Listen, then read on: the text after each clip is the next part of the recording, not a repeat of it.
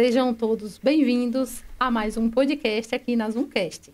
Eu sou Gilca, a host do canal, e o nosso tema de hoje é um tema, assim, muito bom, interessante para quem tem um pequeno negócio ou quem quer abrir um pequeno negócio. Não perca esse podcast. Já pega aí a caneta para anotar, fazer as anotações, que estamos aqui com um especialista no assunto. Estamos aqui com a consultoria, assim, 0800. Vou aprender muito também com ele. Ele é um administrador e sócio fundador da Arcos Consultoria, Alexandre Bozas. Seja bem-vindo, Alexandre. Obrigado, né, a vocês aí que sempre nos acolheram, né, são amigos daqui da minha querida Itaberaba, né, uma cidade que eu tenho um carinho e um apreço enorme, né, vocês sabem disso.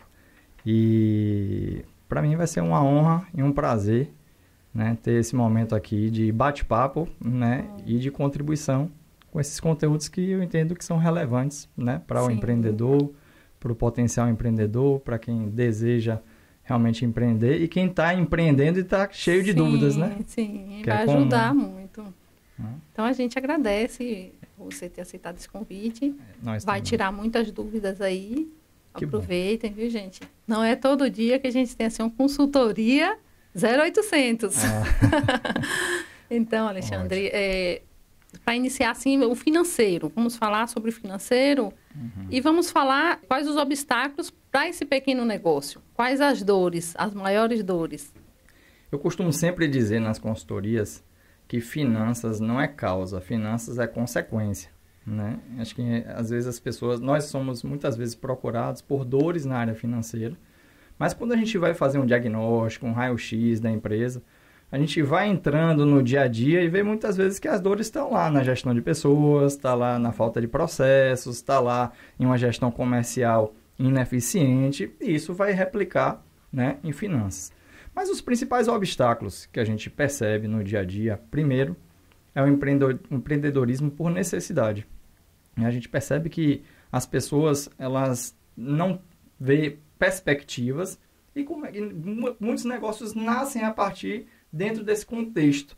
E a pessoa, ela aprende a comprar e vender. Somente. E a pessoa começa a comprar e aí começa a vender e aí a coisa vai tomando, né, um rumo, né, de crescimento e a pessoa abre um CNPJ, né, e estrutura, né, essa empresa, mas ela não busca, né, além do comprar e vender, informações ligadas ao processo de gestão. E aí um obstáculo, né, que a gente identifica é quando esse processo ele começa a avançar, ele começa a entender que ele precisa entender de liderança, ele precisa desenhar processo, ele precisa ter uma estratégia de venda, ele precisa saber fazer cobrança, não é só vender, mas tem que cobrar, ele precisa de um sistema. Então, primeiro, o empreendedorismo por necessidade é um desafio. É um conjunto de coisas para poder a empresa dar certo. Exatamente. E não causar essas dores, porque a dor vem porque no início não teve esse passo a passo. É isso? Uma base, né? Uma base de estrutura de conhecimento técnico, né? Para fundamentar, né? As tomadas de decisões do dia a dia, né? Que não são simples. Sim. Às vezes existe o encantamento do empreendedorismo, mas a realidade dele no dia a dia não é tão simples assim, né? Você precisa de o que a gente chama de competências técnicas, habilidades e atitudes, né? Comportamentais para poder saber lidar com esse ambiente, né? Tem outro ponto que eu acho que é importante dentro dessa linha de obstáculos, né, que a gente fala, que é a falta de planejamento. Planejamento, né, que vai desdobrar aí, né, porque o planejar é você se antecipar, né, ao fato que vai acontecer. Então, o planejamento dentro de rotinas da área financeira, eles são muito importantes, né? Eu não posso estar vivendo da conta do dia a dia, apenas do pagar e receber. Eu preciso fazer uma coisa chamada projeção, eu preciso fazer uma antecipação, eu preciso entender um fluxo futuro de caixa da empresa. Então, eu preciso entender, né, uma das coisas que eu bato sempre na tecla, hoje, inclusive, eu estava, né, numa reunião com um cliente dizendo o seguinte: como é que um empreendedor ele tem um negócio e ele não conhece o ponto de equilíbrio operacional do negócio? E o que vem a ser esse ponto de equilíbrio operacional? É quanto o negócio precisa faturar no mês, no mínimo, para pagar as despesas do negócio. Então, isso é eu me antecipar, é eu me planejar. Então, poxa, se eu tenho uma despesa operacional de X, que vai me alcançar, né, uma informação de ponto de equilíbrio operacional, existe mercado para isso? Né? Eu tenho estrutura, a minha loja está preparada para isso, eu tenho estoque para isso. Então, isso vai encaminhar um planejamento que vai desdobrar em organizações e rotinas do dia a dia dessa área. Né? Tem que ter o planejamento em tudo. Exatamente. Como é que vai saber que aquele valor da caixa vai dar para cobrir todas as contas se não planejou? Quais são os riscos de endividamento da empresa? Como você falou do caixa, né? Se não tem o caixa, quais são esses riscos? Excelente, excelente. Assim, vamos lá. O endividamento, ele é fruto dessa falta de um planejamento. Né? Muitas vezes existe o endividamento positivo, que é uma empresa que faz um planejamento e ela entende de uma coisa que a gente chama em finanças de uma alavancagem operacional.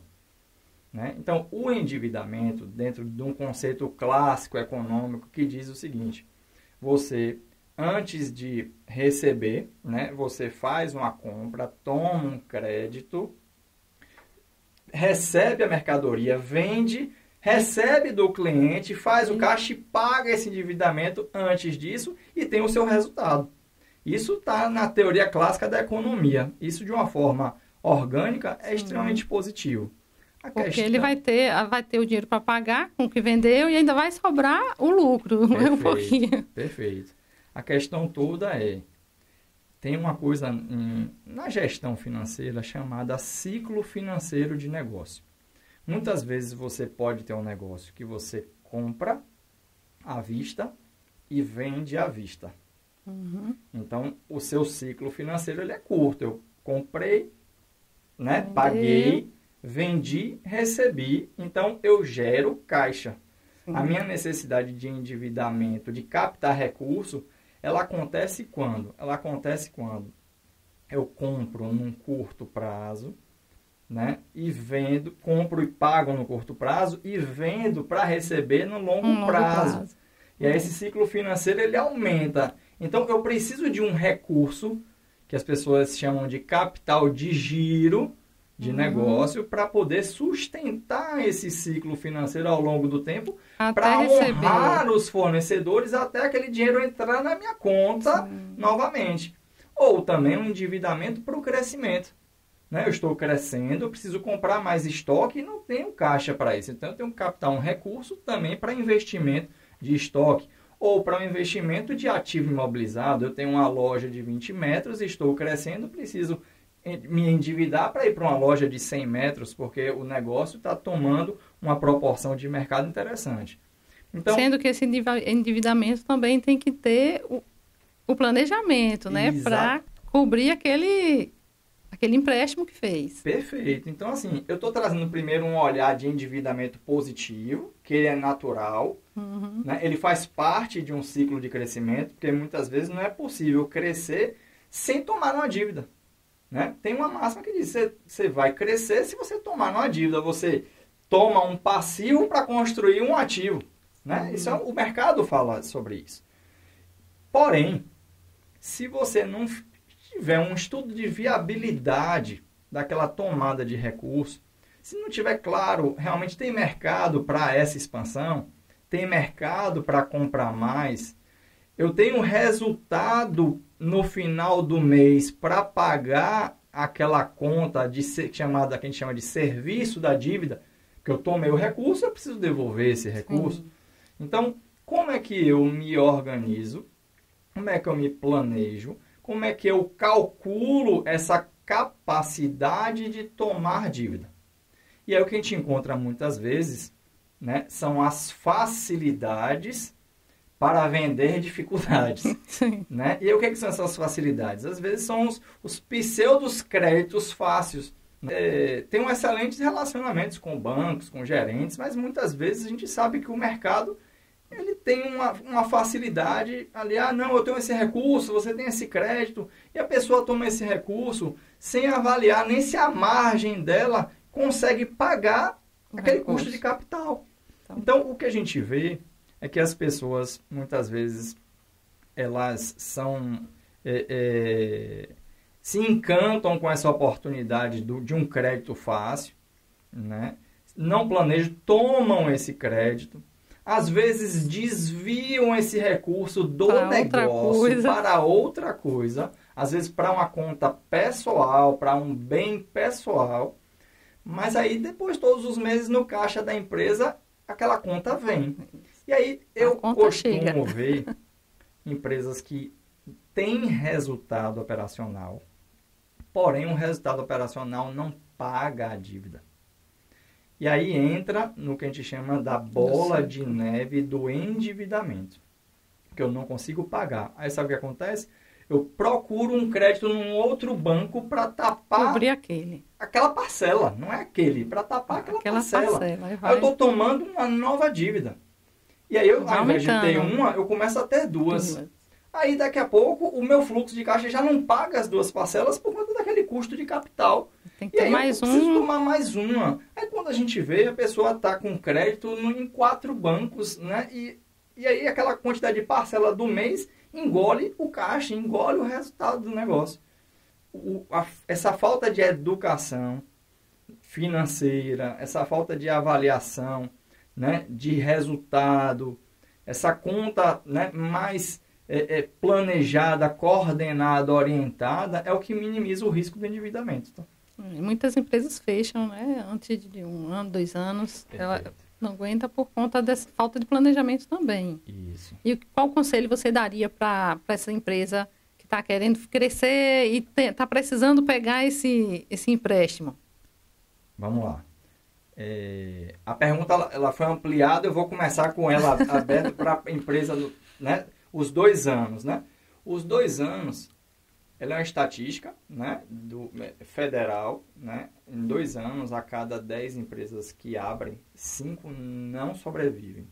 Quando a gente amplia para 5 anos, esse número ele vai para quase 8 empresas. Ou seja, olha que a cada 10 empresas, em 5 anos, ficam 2 sobrevivem, são sobreviventes. 8 ficam no meio do caminho.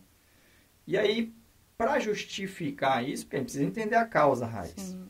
A causa raiz vem quando a gente começou aqui falando desses obstáculos. Aí nasce, primeiro, o que a gente chama não apenas de um conhecimento prático, mas de uma busca de conhecimento técnico. E esse conhecimento técnico dá a condição de você construir algo que ele não precisa ser burocrático, ele pode ser muito orgânico, chamado plano de negócio. Toda empresa, às vezes a pessoa acha que fazer um plano de negócio de uma empresa é só quando ela vai abrir. Mas o plano de negócio, ele tem que ser algo orgânico e que tem que estar sempre sendo revisado dentro da estrutura. As pessoas depois confundem, dizendo, não, mas aí depois eu vou para um planejamento estratégico. Planejamento estratégico é um direcionamento que a empresa vai utilizar de ações, mas ela revisar, trazer o plano de negócios dela, precisa estar sempre sendo revisado e ele é um documento, né, orgânico. Orgânico que eu digo em constante atualização. Então, tem que fazer parte. Tem que fazer parte. E aí, o que um plano de negócios contempla? Primeira coisa que as pessoas, né, não fazem, né, de uma forma geral, se chama estudo de mercado. É importantíssimo isso aí. As pessoas montam negócios e elas não sabem para quem. Elas montam pelo quê. O que montar? Não, o mercado de varejo de alimentos está em alta, vou montar um supermercado. Mais um. Né? O mercado de açaí está em alta. Né? O mercado, né, agora de temaqueria está em alta. Então as pessoas elas não estão empreendendo pelo porquê. Elas não vão buscar conhecimento técnico na área específica. Elas não vão aprofundar no mercado. E essa é uma grande dor. Porque elas estão empreendendo ou pela necessidade ou por uma tendência de modismo do mercado. Está em alta, vamos abrir. E elas não buscaram uma especialização nisso, que a gente chama uma expertise dentro disso. Então, estudo de mercado é algo orgânico que a todo momento tem que estar sendo revisado, reavaliado. Hoje a gente fala de persona, né, que não é a mesma coisa de público-alvo. Está falando muito sobre pegar Alexandre, né, tem 43 anos, quais são os hábitos de Alexandre, quais são as características, sobre o que Alexandre fala, sobre o que Alexandre ouve, sobre o que Alexandre convive. Porque quanto mais eu conheço o Alexandre, mais eu consigo me comunicar e me conectar com ele. Saber o que ele precisa para poder vender. Precisa. E aí o público é quantos Alexandres tem dentro da minha área de influência. Então, esse é um primeiro passo. Então, clareza. Outra coisa, que é o que a gente chama dentro da análise de mercado, é análise de ambiente. A minha estrutura tem quais forças e fraquezas? A minha estrutura, né, da porta para fora, quais são as oportunidades e ameaças que estão no meu mercado? Então, isso daí é uma análise ambiental periódica, que é o que a gente chama hoje da visão 360. Você precisa estar atento a todo o comportamento de mercado. Depois, a gente fala de análise de estrutura administrativa, dimensionamento de pessoas, olhar de processo, tecnologia. Quando a gente fala tecnologia, é estudo da técnica. Inovação é fazer o novo com os recursos existentes. Sim. E aí criar realmente o que a gente chama de tempero específico, DNA específico, para um reconhecimento do mercado. Né? Onde é que estão os meus diferenciais? Aí olho para fora, quais são as oportunidades que existem, quais são as ameaças que existem, para daí eu começar a fazer. Conheço o mercado, sei para quem eu vou atender. Calculei a minha estrutura de dimensionamento, e aí eu começo a ter informações e embasamentos numéricos. E aí eu digo, o mercado tem uma tendência de consumo de X, mas para eu entregar esse X, eu vou gastar Y. Uhum. Daí nasce um plano financeiro de demonstrativo de resultado financeiro, que é faturamento menos custos, menos despesas, e um resultado operacional. Né? E aí, para daí avaliar, eu tenho um resultado operacional ou não. E aí vem um outro ponto, que é estudo de viabilidade, estudo econômico de viabilidade. Eu vou investir quanto nesse negócio? É recurso próprio ou recurso de terceiro? Aí volta para o endividamento. Isso. Né? Se for um recurso próprio, em quanto tempo... Vai voltar esse capital. Vai voltar esse capital. Tem que pensar tudo. Porque muitas vezes tem negócios que vale mais a pena você estar com o seu capital investido, né? Com um mínimo de educação financeira sobre investimentos, nada de grande risco. Mas se você tem um negócio que tem uma rentabilidade muito próxima ao que o mercado financeiro está te pagando, vale o risco de empreender. E o trabalho, né? Porque tem um esforço. Tem esforço, é o custo trabalho. E a oportunidade do capital. Né? Então, o que traz isso é... A gente entende que comprar e vender é ok, é muito bom. Mas o empreendedor, ele precisa se tornar um especialista em gestão. Ele precisa ser um gestor. Ele precisa saber como ele vai delegar. Eu costumo sempre dizer, na minha jornada, eu conheço vários empreendedores Romário. Você conhece o empreendedor Romário? É o que decide. Porque ele é o que faz o melhor na empresa. Então, ele tem dificuldade de delegar. Né? Porque ele, na dividida, ele diz, não, eu sei fazer tudo. Então, ele tem dificuldade de delegar, né, tarefas. Né? Eu costumo sempre dizer assim, ô Romário, e você faz o custo da sua hora? Porque muitas vezes a sua hora é muito mais cara. E aí você está fazendo tudo, né? E aí, me permito dizer, e está correndo atrás do rabo. Porque você faz tudo e não consegue atingir o resultado porque termina não fazendo nada para alcançar o seu objetivo. E cansa. Estressa, cansa, às vezes adoece e pega toda a carga, sendo que pode delegar para as outras pessoas. Isso. Aonde vem também a liderança, né? Uma pergunta ali do nosso... Uma pergunta do telespectador, né? A gente fala assim, por exemplo, existe comerciante de grandes cidades e, no caso, de pequenas cidades. Perfeito. Né? E, às vezes, o comerciante de uma pequena cidade quer fazer a mesma estrutura de uma cidade maior, que é o chamado 360, que a gente não consegue ver, o público-alvo. Isso. Aí ele monta um comércio com a estrutura daquele alvo de capital. Tá. Só que não tem no interior aquele giro. Isso. Como ele vai sobressair nessa situação? Na hora de investir o dinheiro dele. Porque às vezes, como você falou, é a modinha. Então, o interior ele precisa saber como investir o seu dinheiro. Ele tem que copiar a capital ou ele fazer o estudo de interior? Perfeito.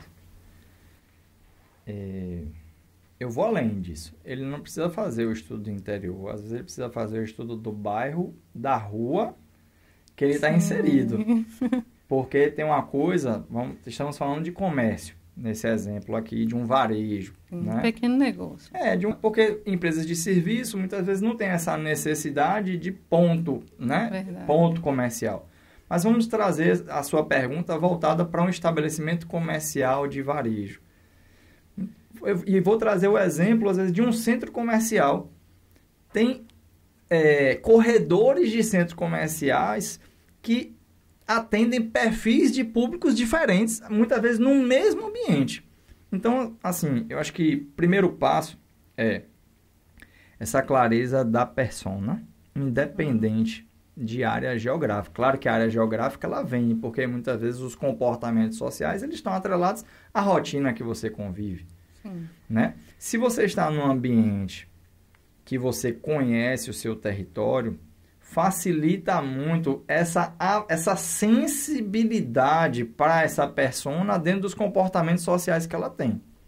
Então, o replicar o que é de fora, ele não é a melhor indicação. A recomendação e a orientação é sempre o olhar para o seu ambiente, reconhecer o seu também, ambiente. Né? Agora, jamais fechar os olhos para o que está acontecendo fora. Sim, tem que estar ligado. Esse é o ponto. Então, por exemplo, né, em São Paulo, que é uma feira de varejo. Alguns empreendedores aqui de Itaberaba vão para lá. Por que essas empresas vão para lá? A gente participa de missões técnicas, a gente vai visitar, né, as indústrias na feira, então a gente vai ver o que está acontecendo de tendência. E aí, o que é? A gente respira novas perspectivas. Sim. E aí tem um nome, né, que se fala na gestão chamada benchmarking, que é avaliar essas boas práticas, entender o que delas cabe para nossa realidade. Sim. Então, acho que a leitura ela vai por aí. Eu não posso apenas fazer um Ctrl+C, Ctrl+V de um outro modelo e achar que ele vai dar certo. O risco é muito maior. Quais são os desafios adicionais dessa falta de planejamento? Vamos lá. Acho que o primeiro passo, né, a gente vive num país que a gente tem uma carga tributária complexa, né? O empreendedor tem muitos desafios para entender e lidar com isso no dia a dia dos negócios. Né? Acho que é um dos maiores. Então, eu costumo sempre dizer que o empreendedor ele não é o pagador de impostos. Ele é quem repassa, ele transfere impostos. Né? E aí é uma quebra de paradigma isso, porque isso precisa estar na composição do preço do produto. Sim. Ou do serviço. Né? Ele é um transferidor, porque quem paga esse valor é quem está consumindo o produto ou serviço. Porém, a gente tem regras, né? Enquadramentos tributários diferentes, como um simples nacional, um lucro presumido, um lucro real. Né? Você tem uma construção empresarial do MEI, do simples nacional, do normal. Então, você tem estruturas empresariais, enquadramentos tributários, né? Mudanças de classificações fiscais de produtos, né? Que muitas vezes elas acontecem numa velocidade que você não acompanha. Muitas vezes o seu produto ali ele é isento, às vezes ele começa a ser tributado, muitas vezes ele tem um diferimento, muitas vezes existe um regime para empresas do seu segmento, mas não te alcança porque você está no Simples Nacional. Então, por aí existe um caminho de desafios que eu sempre bato na tecla. Empreendedor, você não precisa ser um contador, mas você precisa entender a contabilidade da sua empresa. Pelo menos, né? E você precisa se tornar especialista, principalmente na área fiscal dos seus produtos. Você precisa entender disso para conseguir, junto com a contabilidade, construir informações para uma tomada de decisão assertiva. Então, uma primeira pauta é essa. Uma outra pauta está associada a crédito. Mais cedo a gente falou de um crédito fácil, mas muitas vezes, dentro de uma realidade normal, a gente tem alguns desafios ligados a crédito, principalmente para negócios nascentes, né? Para negócios que não têm uma garantia real para dar de lastro da operação, só tem ali o estoque, né? E às vezes ela não consegue captar um recurso para poder ter um endividamento sadio, né? E aí a gente passa por outro desafio. Um outro desafio são realidades mercadológicas, né? Mercados que às vezes têm uma baixa barreira de entrada e muitas vezes você tem alguns desafios com comportamento de concorrência, né? Alguns com comportamentos de concorrências que são, né? Às vezes você busca ter um direcionamento, uma estratégia de precificação, mas o seu concorrente não está muitas vezes no seu mesmo momento e a gente passa por isso todas as vezes com relação ao desafio da precificação. Né? Essa precificação aí que é importante também falar um pouco, né? Não é? Que é meio complicado, é isso aí, como você falou, dos impostos que tem que repassar. Exatamente. E aí, às vezes, a pessoa não coloca ali, tem que colocar na precificação, não é isso? Pois é. E aí tem um quarto ponto na precificação que eu vou, né, trazer aqui, que é o empreendedor compra, vende, precifica e esquece de uma coisa importante do produto, sabe o que é? Ele não calcula o lucro. Na precificação ele vai ali e faz uma marcação direcionada pelo mercado, né? Vai lá, esse negócio é um negócio de 30%, esse negócio é de 20%, de 40%. Na moda, você trouxe o exemplo mais cedo, é 2 vezes, 2.2, 2.4. Mas muitas vezes eu pergunto, dentro dessa precificação, onde você calculou, projetou o seu lucro? Porque se você não planejar ele, como é que você vai buscar ele se ele não foi planejado na sua precificação? Então, tudo tem que ter um planejamento. Né? Não é? Planejamento financeiro, planejamento técnico, e agora aí... Né? E aí, planejar. Essa é uma pauta que pode ser uma pauta para um outro podcast, falando aí de precificação, né? Dentro do varejo, né? Dentro do mercado, porque assim, é uma pauta longa, que ela não só lida com questão financeira. Ela lida com finanças, ela lida com mercado, ela lida com entender dos gastos, das despesas operacionais, ela lida com estratégia de precificação, né? Ligado com a persona, com o cliente, com o seu nível de serviço. Né? Eu costumo sempre, trazer essa máxima e aí trazer essa reflexão, né?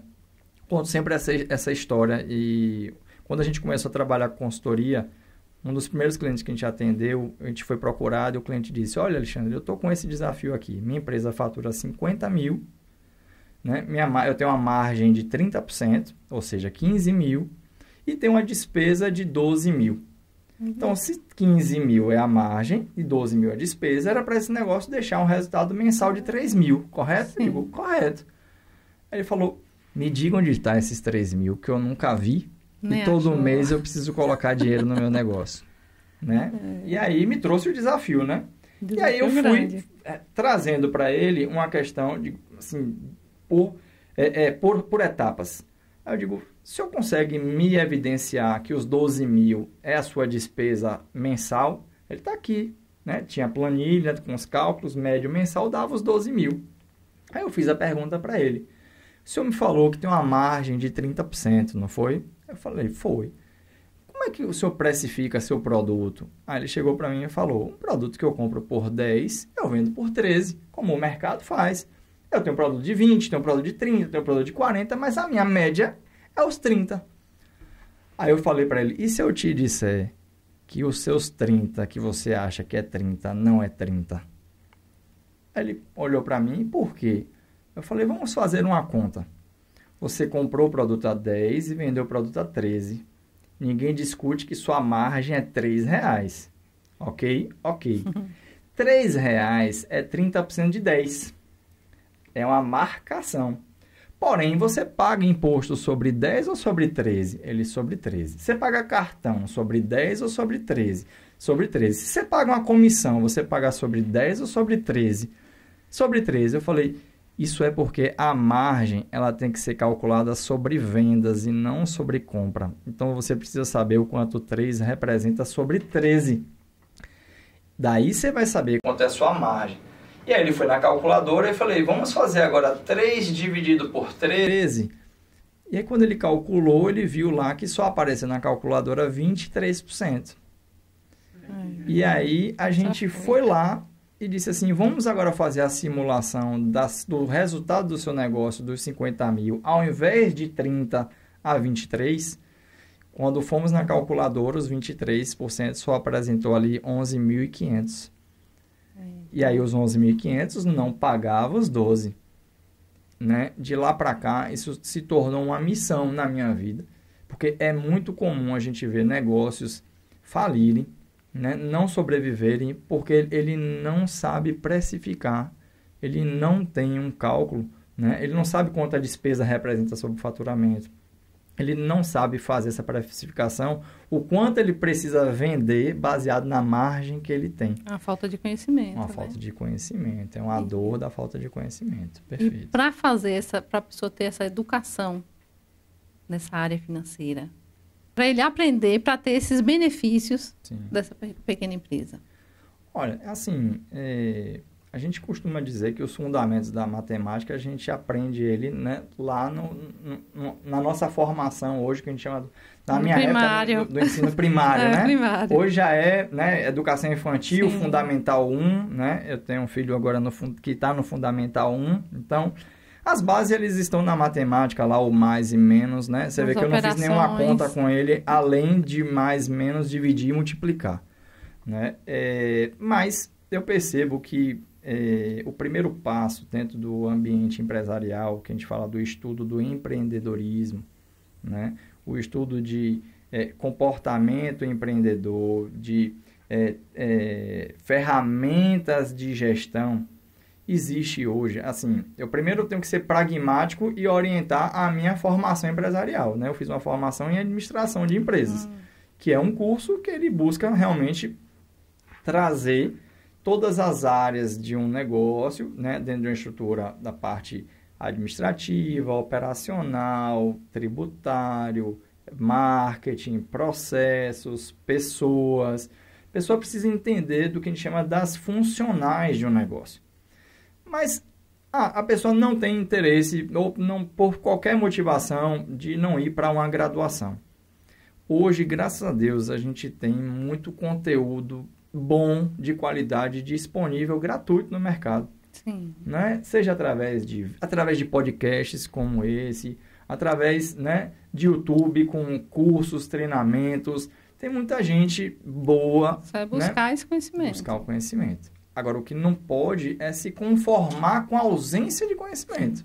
E aí, acho que o risco é esse, né? Que a gente chama da síndrome da Gabriela, né? Sim. Eu nasci assim, eu cresci assim, vou morrer assim, né? Então, assim, o conteúdo o conhecimento ele está disponível, né? Tem uma outra coisa que eu gosto muito de orientar os empresários, que é conviva com outros empreendedores.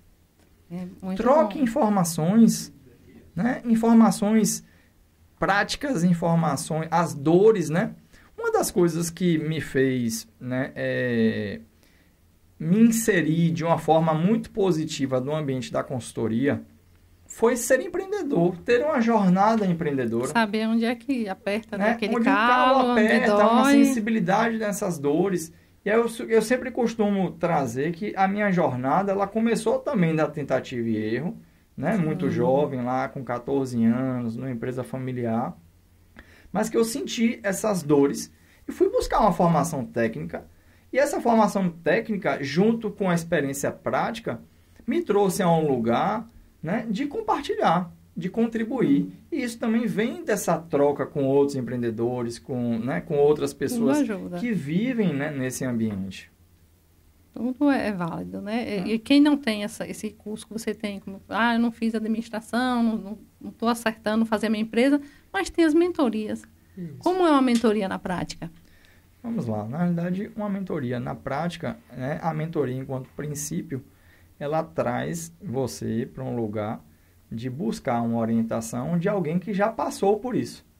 Né? Então, o mentor é uma pessoa que, ela, além de um conhecimento técnico, ele tem uma experiência anterior, né? Seja no seu segmento, e aí um mentor mais específico, ou de gestão empresarial, que você tem essa competência técnica, tem o da experiência, e você tem boas práticas que você pode dar as mãos, Né? Tem um vídeo, inclusive, que circula, né, no YouTube, que eu acho bem legal. O mentor tem um menino descendo numa onda, e o mentor ele vai ali na prancha do lado e vai dando as mãos para ele descer na onda. Né? Então, assim, o mentor ele vai apoiar o direcionamento, facilitar os caminhos, economizar recursos, economizar tempo, disponibilizar ferramentas. Energia. E aí uma das coisas que quem me conhece sabe, que eu sempre falo eu atuo muito numa coisa chamada gestão de riscos. Né? Porque, às vezes, a facilidade de algumas decisões nos trazem riscos futuros, né? Que, às vezes, a gente não dimensiona e não calcula aquilo ali. Então, o meu papel é trazer essa avaliação dos riscos de algumas decisões que são tomadas. Então, a gente dá as mãos, a gente acompanha, a gente orienta, a gente faz com, e aí a gente saindo apenas da mentoria e a gente vai para um processo que a gente chama de assessoria, que também não é a consultoria, mas a assessoria é fazer com. Né? Então, é o acompanhar, né? É assistir, é acompanhar a evolução. Você já está falando da diferença da mentoria para a assessoria. Isso. A assessoria você acompanha, né? E ainda tem a consultoria, né? Que a consultoria já é outra. É uma outra linha, né? A mentoria, a assessoria e a consultoria. Exatamente. A consultoria, ela é um processo, como um processo médico de uma consulta. Então, você tem determinadas dores, você vai até um profissional, né? E ele avalia o seu cenário, as suas dores, e lhe traz uma devolutiva, né? Então, através dessas ações, você vai conseguir alcançar os resultados pretendidos. Mas a consultoria, ela enquanto princípio, ela não vai acompanhar periodicamente. Aquilo ali tem um início, meio e fim, e encerra o ciclo. A assessoria não, ela tem um processo de acompanhamento do trabalho junto com a empresa. Com a empresa. Isso. Então, eu queria que você falasse um pouquinho sobre... Antes de você falar um pouquinho da sua Arcos, né? Arcos Consultoria, né? Antes de você falar um pouquinho da Arcos Consultoria, eu quero aqui agradecer aos meus parceiros e aos meus colaboradores que estão aqui junto com a Zoomcast, fazem parte já da nossa Zoomcast. Meu muito obrigado por vocês fazerem parte da Zoomcast. Então, eu queria que você falasse um pouquinho da Arcos Consultoria. Pronto, feliz em ver clientes da gente aqui, parceiros de vocês. Que bom, né? Temos vários parceiros. Isso é muito bacana, né? De ver clientes como a Só Pássaros, né? Rick, que é aí passando exatamente aí agora, né? Que é um cliente nosso já há algum tempo, né? Além de diversos outros aqui. Como eu fiz questão, né, na introdução de trazer, somos muito gratos a Itaberaba, é uma cidade que nos acolheu. Estamos aqui desde 2015, né, atuando no território, né, trabalhando, né, em conjunto com o território, com o segmento de varejo de alimentos, o segmento de alimentação fora do lar, né, agora segmentos de distribuição de alimentos, indústrias de alimentos, varejo também de não alimentos, como o Chico, da Discultura, né? Rede Numerc, os mais de 23 associados de Rede Numerc, agora Alex da Ouro Verde, né? Vou passar a tarde aqui, né? Graças a Deus a gente conhece a jornada, Chico da Discultura, né? Muitos amigos que a gente teve a oportunidade de conhecer sua jornada, né? E influenciar e contribuir positivamente com eles, né? No dia a dia. A Arcos Consultoria, né? É uma empresa que ela está fazendo 14 anos esse ano, né? A gente nasceu em 2010 através de sonhos, né, conjuntos de dois amigos, né, que se conhecem desde os 7 anos de idade, que depois nos reencontramos na faculdade. O meu caminho, ele ia apenas no ambiente empreendedor, né, mas meu sócio me trouxe para esse lugar da consultoria, né, me influenciou positivamente. Rapaz, você tem perfil para isso e vamos lá, né, e a gente... nasce esse nosso projeto em 2010, né? Já temos aí, dentro dessa nossa jornada, né, mais de 500 empresas atendidas, né? Mais de... Por ano aí, a gente está falando, né, de mais de 2.000 horas atendidas por ano, então já dá um tempinho aí, já boa jornada mais de 30 trabalho. mil horas de atendimento técnico, né, e de apoio empresarial, né, mas sempre aprendendo, tá? Sim. A gente sempre aprende na jornada, né, com cada jornada. Com né? cada empresa, com cada cliente, você vai aprendendo novas coisas. E vamos aprendendo, né? E estamos no mercado, atuamos em 3 funcionais, né, específicas. A gente atende, né, na parte de finanças e controladoria, né? Atendemos a parte mercadológica, né, estratégias de marketing e vendas. E na parte de processos e pessoas, né, também meu sócio atende. Então, nós distribuímos as nossas atuações e coordenamos projetos nessas áreas funcionais de negócio, né? Muito bom. Então, pode deixar também sua rede social aí para quem tiver interesse. Claro, muito bom. @Arcos Consultoria, né? Alexandre Bouzas, né? Meu sócio é o Danril Medeiros, né? Ele estaria aqui hoje com a gente, mas está em atendimento. Em outro momento a gente vem aqui fazer outro em podcast dupla, com ele. né? Vai ser bem bacana. E agradecer a vocês aí pelo carinho, pelo cuidado, pelo convite, né? Pelo relacionamento já de muitos anos, muitos encontros de varejo, né? Realizados, muitas atuações, inclusive lá em Rede Numerc. Então, de hoje a gente está ali do outro lado, mas é um parceiro já de muitos anos e a gente é grato por essas relações. Eu acredito muito nas relações construídas. Isso é bom demais. Né? E sou grato por tudo isso. Só agradeço a vocês. E a gente que agradece também por esse conhecimento que você passou aqui. As pessoas que estão nos ouvindo aí, eu creio que vai ajudar você em alguma área da sua vida aí. E passe esse podcast para alguém, envie, compartilhar, por favor. E quem não se inscreveu ainda, se inscreva no nosso canal, dê aquele joinha, acione o sininho para os próximos podcasts. Temos aqui vários podcasts aí embaixo, você vai olhar aí no nosso canal. Conhecimento, e conhecimento nunca é demais. Obrigado, beijo no coração e gratidão.